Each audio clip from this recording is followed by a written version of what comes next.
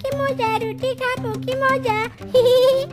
মায়েরি, এত চিৎকার করিস না বাপু, তোর মা শুনতে পেলে আবার মুশকিল হয়ে যাবে। হায় হায় রে, এসব কি করছো তুমি? হায় হায় রে, সর্বনাশ হয়ে যাবে দেখছি। বাপ ছেলে মিলে কি তোমরা আমার সংসারটাকে গিলে খেতে চাইছো নাকি? দাও বলছি, দাও, রুটি দাও। বউ, কি করছো তুমি? ছোট একটা রুটি, তাও আবার স্কেল দিয়ে মেপে ভাগ করেছি। তো কি হয়েছে? একটা রুটি তোমরা একেবারে খাবে নাকি? এই অর্ধেক রুটি নাও। টাকা খরচ করে একটা পুরো রুটি যখন কিনেছো, তবে এই অর্ধেক রুটি খেয়ে বাপ ছেলে আজকের দিন কাটাবে, আর বাকি অর্ধেক কাল। আমি না হয় জল খেয়ে থাকবো।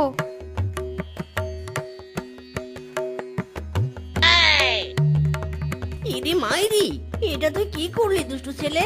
পুরো রুটিটা খেয়ে নিলি যে, এবার তো আমাকে না খেয়ে থাকতে হবে। দে বলছি, দে রুটি দে। ইরি মাইরি, কি লাগলো গো? দাঁড়া হারামজাদা, দাঁড়া। আর তুই কি না এদিকে আমার ঘরের দরজাটাই ভেঙে ফেললি? নিশ্চয়ই তুই আমার বাড়িতে চুরি করতে এসেছিলি, তাই না? আরে আরে, কি করছো তুমি বৌদি? গলা কেটে মরে যাবো তো। বিশ্বাস করো, আমি চুরি করতে আসিনি। মোরল মশাই পাঠিয়েছিল মেসি দাদাকে ডেকে নিয়ে যাওয়ার জন্য। প্লিজ বৌদি, আমার কথা বিশ্বাস করে আমাকে ছেড়ে দাও। ও তাই বল, কিন্তু তুই যে আমার ঘরের দরজা ভেঙেছিস, তার কি হবে? হ্যাঁ, আমার শ্বশুর মশাইয়ের বাবার আমলের দরজা।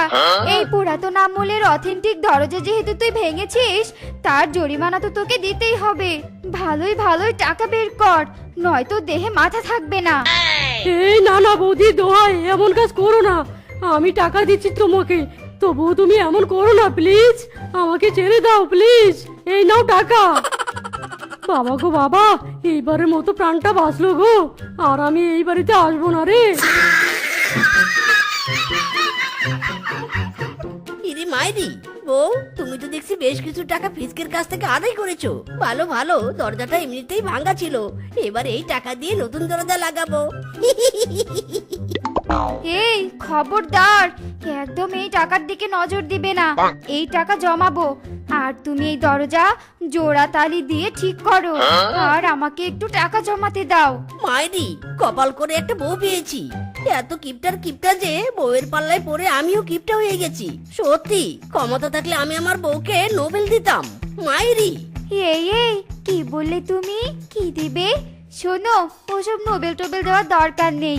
ওসব নোবেল কিনতে গিয়ে আবার তুমি টাকা খরচ করবে, সেটা তো হতে দিব না। ওরে মূর্খের ঘরের মূর্খ রে, শুধু টাকাই গুনতে পারিস, আর কিছু জানিস না। এই, কি বললি কি বললি? তুই নিশ্চয়ই আমাকে গালি দিয়েছিস। তবে রে হারামজাদা, আজ তোর কপালে দুঃখ নয়, চরম দুঃখ আছে। ইরি মাইরি, গেলুম রে। ওরে বউ রে, ছাড় রে, আর মানিস না রে। ছেড়ে দে বউ, ছেড়ে দে আমাকে। আমি আর জীবনেও বিড়বিড় করবো না। ছেড়ে দাও আমাকে। ওরে মাগো, ওরে বাবা রে।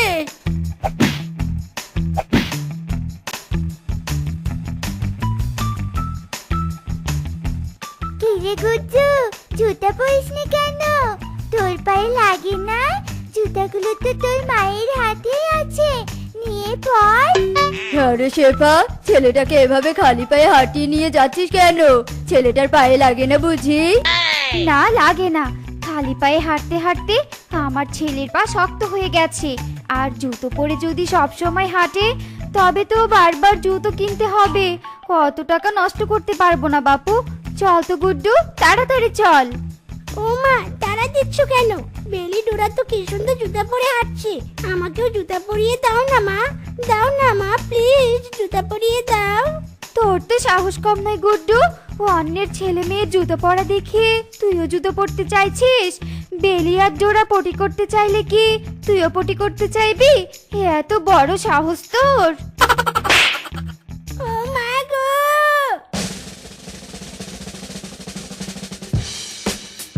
আমার মতো এত হতভাগা আর কেউ নেই। কেন যে সেবার মতো একটা কিপটি মেয়েকে বিয়ে করে ঘরে এনেছিলাম, ঠিক মতো খেতে অব্দি দেয় না। আবার এক মুহূর্ত বসে থাকলেই বলে খেয়ে খেয়ে শরীরে চর্বি জমেছে। আমার তো মনে হচ্ছে সেবার কিপটি মেয়ের জ্বালায় আমাকে না খেয়ে মরতে হবে। মাইরি, ইরি মাইরি, এগুলো কিসের প্যাকেট? আরে এগুলো তো নুনের প্যাকেট। আমার বউ তো সারাদিনে একবার রান্না করে, দুই যুগেও তো এতগুলো নুন শেষ হওয়ার কথা নয়। তাছাড়াও আমি তো এত নুন কিনিনি। শেফা, এই শেফা, এদিকে একবার আসো তো। কি হয়েছেটা কি? বাড়িতে চোর পড়েছে নাকি ডাকাত পড়েছে? তুমি এভাবে চিৎকার করছো কেন? চোর ডাকাত পড়া তো অন্য ব্যাপার। আগে বলো, এত নুনের প্যাকেট এখানে কি করে এলো? তুমি এত নুন কবে কিনলে? তো তুমি কে বলছো এসব কথা? আমি এত নুন কিনবো কেন? তো তোমার কি মাথা খারাপ হয়েছে নাকি? হ্যাঁ, এতগুলো নুনের প্যাকেট কিনতে যে টাকা চলে যাবে সেটা ভাবলেই তো আমি ডিপ্রেশনে চলে যাব। মায়েরি, সেটাই তো ভাবছি আমি। তোমার মতো কুঞ্জুস এত লবণ কিনতেই পারে না, ইম্পসিবল। হ্যাঁ, তুমি ঠিকই ভেবেছো, আমি নুন কিনিনি। এখন তুমি যাও, ঝাড়ু দাও, আমি এগুলোর ব্যবস্থা করছি।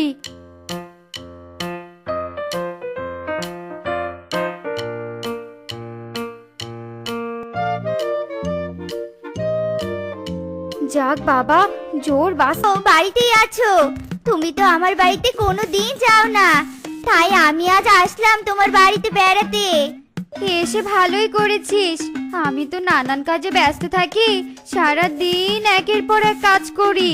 সেটা তো দেখতেই পাচ্ছি, কিন্তু তা বলছি বৌদি, এই বোতল কেটে তুমি কি করবে সেটা তো বলো। এটাই তো বুঝতে পারলি না রে রূপা, এসব বোতল দিয়ে গ্লাস বানাচ্ছি। বাড়িতে তো অনেক বোতল পড়ে থাকে, বুদ্ধি কাটিয়ে বোতল দিয়ে গ্লাস বানালে তো আর টাকা খরচ করে গ্লাস কিনতে হবে না। সত্যি বৌদি, তোমার মাথায় তো অনেক বুদ্ধি। এসব কিপটেমি বুদ্ধির জন্যই তো তোমার নাম জিনিস বুক, না না না, গিনিস বুকে আছে, সেখানে লিখে রাখতে হবে, বুঝেছো? আহা, কি যে বলিস না রূপা, ওইসব বুকে টুকে আমার নাম লিখতে হবে না। তুই আবার দাঁড়িয়ে আছিস কেন? কই গো, কোথায় গেলে? এদিকে এসো তো।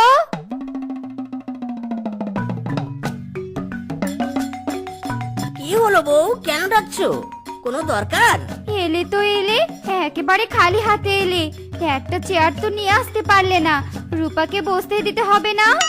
মায়েরি, সেটা ঠিক, কিন্তু তুমি তো একবারও আমাকে চেয়ার নিয়ে আসতে বললে না। আচ্ছা আচ্ছা, আগে বলিনি তো কি হয়েছে, এখন বলছি। যাও, এক্ষুনি চেয়ার নিয়ে এসো, রূপাকে বসতে দাও। আরে আরে, চেয়ার লাগবে না গো বৌদি, আমি বসবো নে, তোমার সাথে দেখা করতে এসেছিলাম। আর তোমার বুদ্ধিযুক্ত কর্মকাণ্ড দেখে আমি আর বসতে চাই না গো, আমি আজ আসি, কেমন?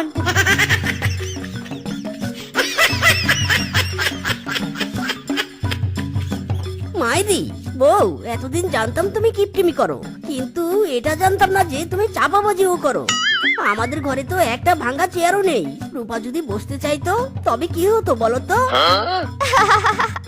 কিচ্ছু হতো না, কারণ রূপা তো বসতে চাইলেও আমি বসতে দিতাম না। কথায় কথায় সময় পার করে রূপাকে ঠিকই তাড়িয়ে দিতাম। সাব্বাস বউ, সাব্বাস, তোমার মতো বউ হাজার পুণ্যের ফল। এখন তো আমারও মন চাইছে তোমার কপালে কপাল ঢুকে এইসব টেকনিক শিখে ফেলি।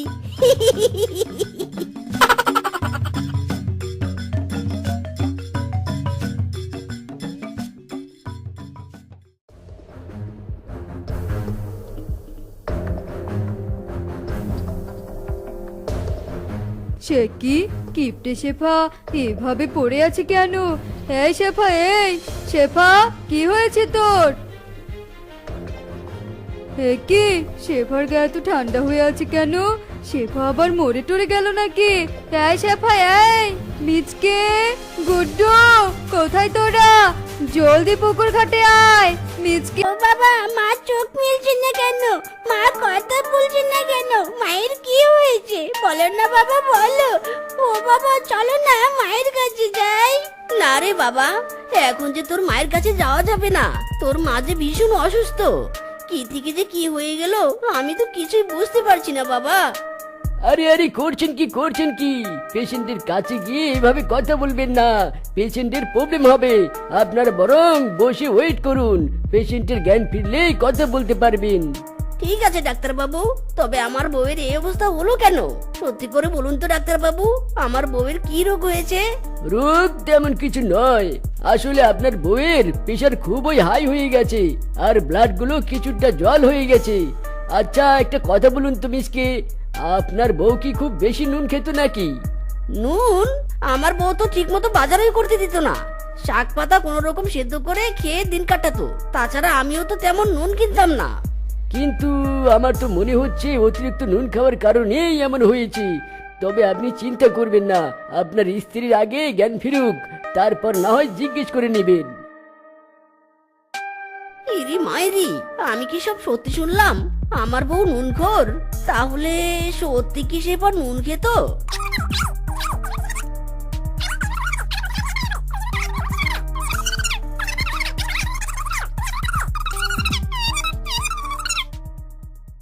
জ্ঞান ফিরেছে, জ্ঞান ফিরেছে, পেশেন্টের জ্ঞান ফিরেছে।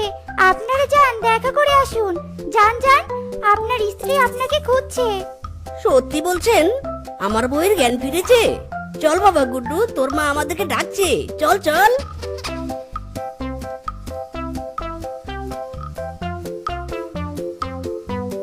আয় বাবা গুড্ডু, আয়, আমার কোলে আয়। সোনা ছেলে আমার, কেঁদে কেঁদে চোখ মুখ ফুলিয়ে ফেলেছিস। আয় বাবা, আয়। সুস্থ তো হয়ে গেলে, এবার বলো তো শেফা, তুমি এত নুন খাওয়ার টাকা কোথায় পেয়েছো? আমার কাছে লুকিয়ে কোনো লাভ নেই, সত্যি করে বলো। আর সত্যি করে না বলেও কোনো লাভ নেই, কারণ আমি জেনে গেছি তুমি নুন খাওয়াবো। মানে আসলে কিপটামি করে আমি যে টাকা জমাতাম সেগুলো দিয়ে নুন কিনে খেতাম। কারণ তোমায় বললে তো আর তুমি আমাকে নুন কিনে খাওয়ার টাকা দিতে না, তাই কিপটামির কৌশল অবলম্বন করেছিলাম। ইরি মাইরি, কি শয়তান মেয়ে রে বাপু! তাই তো বলি, জমানো টাকার ছায়াও দেখি না কেন। আরামজাদি, আমাকে আর আমার ছেলেকে শান্তি মতো খেতে পড়তে না দিয়ে তুই নুন খেয়েছিস। আজ তোর 12টা বাজবো আমি।